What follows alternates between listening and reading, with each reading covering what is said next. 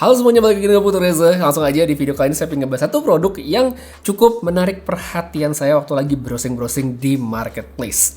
Ini adalah sebuah tablet yang punya ukuran layar cukup besar dan harganya cuma 1 jutaan. Ya, 1 jutaan aja, dan ini adalah itel Pad One. Ya, untuk itel mungkin sebagian udah pada tahu ya, kalau merek ini tuh emang suka ajaib kalau ngerilis produk ya, khususnya untuk handphone dengan harga yang terjangkau ya. Handphone udah banyak yang sering banget kalian lihat mungkin. Nah, sekarang saya pengen cobain tabletnya. Jadi kira-kira worth it nggak nih sejutaan untuk sebuah tablet, atau malah ini tuh jadi produk yang asal murah aja. Nah, untuk permulaan seperti biasa, salah satu langkah awal untuk menilai produk sudah pasti dari isi kotaknya. Nah, di bagian satu ini, itel menurut saya agak unik ya. Jadi, dia tuh bukan cuma dapat tablet sama kabel USB-C dan charger.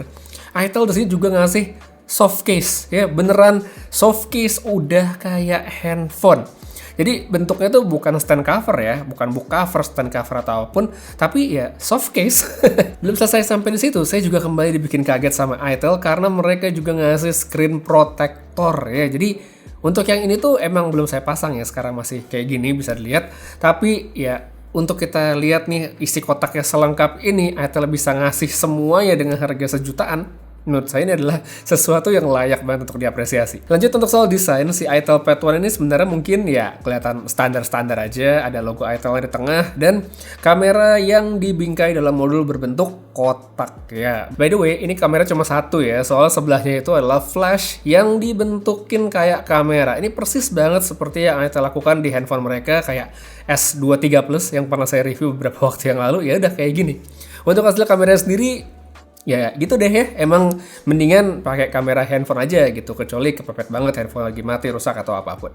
Terus kita ngeliat ke bagian sisi-sisinya si tablet, tombol power sama volume dipasang sebelahan. Terus di sisi samping dia ada dual speaker, jadi walaupun bolongannya tuh ada 4, tapi yang nyala cuma 2. Kemudian ya seperti biasa sudah pasti ada port USB-C juga, dan yang cukup menarik adalah kehadiran SIM tray atau tempat untuk SIM card lengkap dengan micro SD. Jadi dengan harga yang murah 1 jutaan tadi, tablet ini bisa ngasih koneksi internet seluler LTE ya, bisa dibilang ini fitur mahal sebenarnya untuk sebuah tablet. Bahkan ya ini tabletnya juga bisa dipakai telepon kalau pengen ya. Jadi halo gitu, nah bisa gitu pakai yang ini. By the way, kalau kita ngomongin soal koneksi, dari pengalaman saya pakai, ini tablet wifi-nya agak kurang oke ya. Entah cuma di unit saya atau di unit lainnya juga begitu.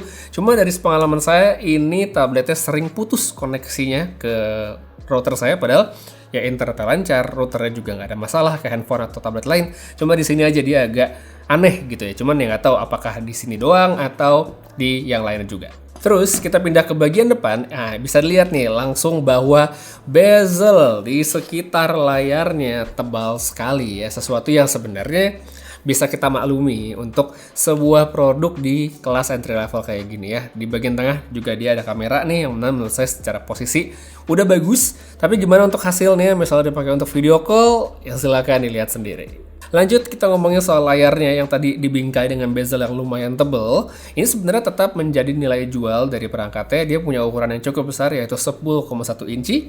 Resolusinya HD+, ya, jadi masih di bawah 1080 ya, masih 720p lebihan lah ya. Terus untuk jenis panelnya adalah IPS. Dari specs ini udah bisa dikira-kira kalau ekspektasi tentu nggak bisa ketinggian ya. Jadi harap maklum, harganya juga nggak mahal. Dengan layar cukup besar tapi resolusinya yang tidak terlalu tinggi tadi, pixel per pixelnya tuh saya bisa lihat ya. Jadi memang bikin layarnya jadi terlihat tidak terlalu tajam. Warna sebenarnya sudah oke, viewing angle ya, sudut untuk ngelihat layarnya itu juga bagus. Saya miring-miringin tuh layarnya masih oke sebenarnya. Cuma itu tadi dari segi ketajaman doang yang menurut saya sedikit kurang. Mungkin nggak semua orang bakal langsung notice ya. Jadi buat user casual yang hanya butuh perangkat dengan layar yang lebih besar, mungkin buat nonton YouTube, buat nonton bola, buat browsing atau apalah itu, mestinya sih sudah oke-oke aja.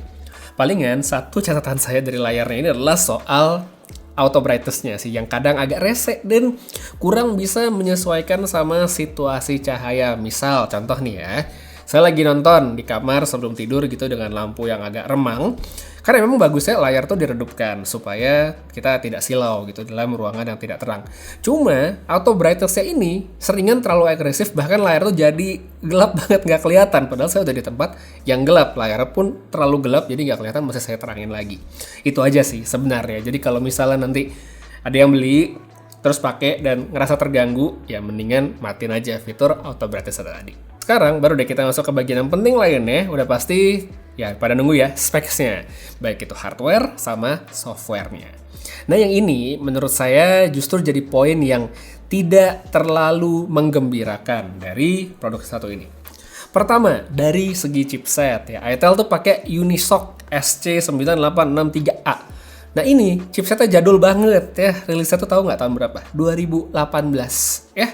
Fabrikasinya masih 28 nanometer, itu gede banget dan ya itu udah lama chipsetnya. RAM-nya 4GB, sedangkan kapasitas penyimpanan sebenarnya udah oke, 128, cukup gede. Nah dengan chipset yang ada, tablet ini emang ya udah nggak bisa diharapkan untuk melakukan tugas-tugas yang intensif. Semi-intensif pun kalau menurut saya sebaiknya nggak dalam intensitas yang sering ya. Jarang-jarang mungkin masih oke, tapi kalau langsung digeber terus susah, misalnya ganti aplikasi ini itu ya jangan lah. Buat yang mungkin penasaran, Bang, Antutu ya berapa? Aduh, ini dia, maaf banget nih, tabletnya kayak ngambek kalau ketemu Antutu karena selalu not responding alias gagal mulu pas dites ya. Ini aja dari tadi saya ngetes sebelum syuting, sekarang tuh masih Antutu benchmark testing please wait gitu. Udah berapa kali saya coba masih begini, jadi ya saya tidak tahu angkanya berapa.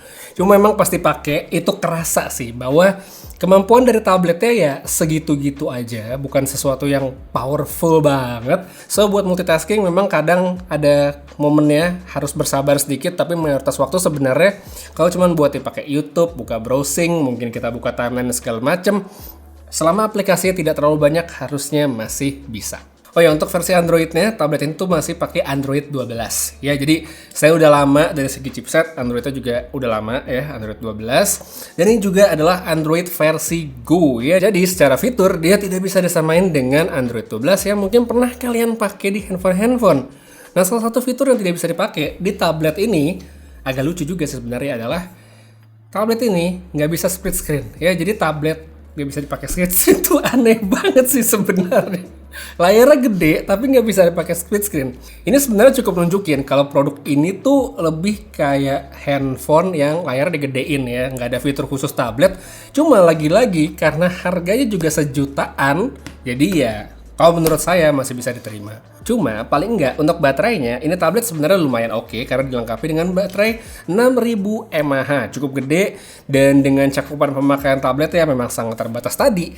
Sebenarnya udah sangat cukup untuk bikin tabletnya nyala siap dipakai selama paling tidak 3 sampai maksimal 4 hari dalam sekali full charge. Dengan catatan, ini cuma dipakai buat nonton, browsing timeline, apa segala macam gitu ya.